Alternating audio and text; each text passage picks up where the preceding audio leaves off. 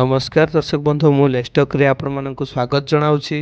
Hi friends, भत्ता धारक मानक पई आसिला गोटे बहुत बड़ खुशी खबर। खूब शीघ्र सर्वनिम्न भत्ता 3000 टंका हेबाकु जाउछि। एहाकु नै आसुछि आउ एक नुआ सूचना। कौन रही अपडेट टी ए वीडियो माध्यम जानि नवा।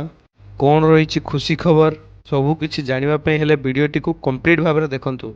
आपण माने भल भाव में जानिथिबे वर्तमान समय रे सर्वनिम्न ସେହି ମାନଙ୍କୁ 3500 ଟଙ୍କା ଭତ୍ତା ରାଶି ଦିଆଯାଉଛି ଯେଉଁମାନେ କି ସେମାନଙ୍କର ବୟସ 80 ବର୍ଷରୁ ଉର୍ଦ୍ଧ୍ୱ। ତା ଭଳି ଏମିତିକି ଯେଉଁମାନେ 80% ରୁ ଅଧିକ ବିକଳାଙ୍ଗ ତେବେ ସେମାନଙ୍କୁ ସରକାର ଦେଉଛନ୍ତି 3500 ଟଙ୍କା ଭତ୍ତା। ଏବେ ସର୍ବନିମ୍ନ ଭତ୍ତା 1000 ଟଙ୍କା ମିଳୁଛି। ଏହା ପରିବର୍ତ୍ତେ ଏବେ ହେବାକୁ ଯାଉଛି 3000 ଟଙ୍କା ଭତ୍ତା। କେଉଁମାନଙ୍କୁ ଏହି ଟଙ୍କା ମିଳିବ ଏବଂ କେଉଁଠାରୁ ଏମାନଙ୍କୁ ଟଙ୍କା ମିଳିବ आसिला एक बहुत बड़ खुशी खबर। से जो वीडियोटी को कंप्लीट भाव में देखंतु। वीडियोटी स्टार्ट करिया पूर्व मोर गोटे छटिया अनुरोध, जदि वीडियो को एपर्यंत लाइक करना वीडियो गोटे लाइक करदे। चैनल को जदि नुआ करी आछन चैनल को सब्सक्राइब करी पाखे बेल आइकन क्लिक करदे। चलतो डे नकरी कौन रही अपडेट जानि नबा।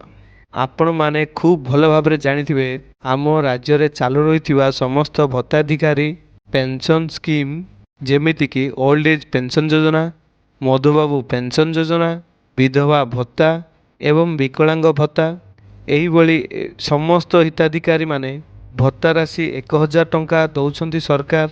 हेले एबे वर्तमान समय रे 1000 परिवर्ते खूब शीघ्र सरकार दबाकू जाउछंती 3000 टंका भत्ता राशि।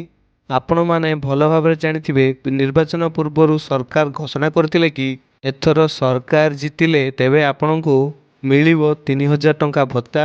हेले एहाकू सरकार परिवर्तन करी जो मानकर बयस एबे 80 वर्ष रु अधिक आउ एमिति कि जो माने 80% रु अक्षम बा विकलांग सेमानंकू सरकार एबे 3500 टंका भत्ता राशि प्रदान करुछंती।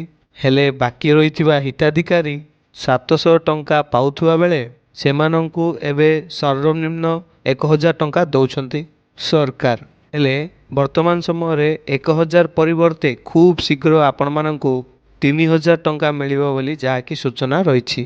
आउ यह मध्य हेले सरकार विधिबद्ध भावे मध्य घोषणा करिया पई जाउछंती। आउ किछि दिन अपेक्षा करनियंतु। खूब शीघ्र आपनकू 3000 टंका भत्ता राशि मिलिबाकू जाउछि। यह थिला फ्रेंड्स गोटे छोटिया अपडेट। जदि वीडियोटी आपण मानकू भल लागिছে वीडियो गोटे लाइक करेंगे। चैनल को जब नुआ कर चैनल को सब्सक्राइब कर पाखे बेल आइकन क्लिक करेंगे जहाँद्वारा आमर ये लेटेस्ट अपडेट सर्वप्रथम पाइपर। धन्यवाद।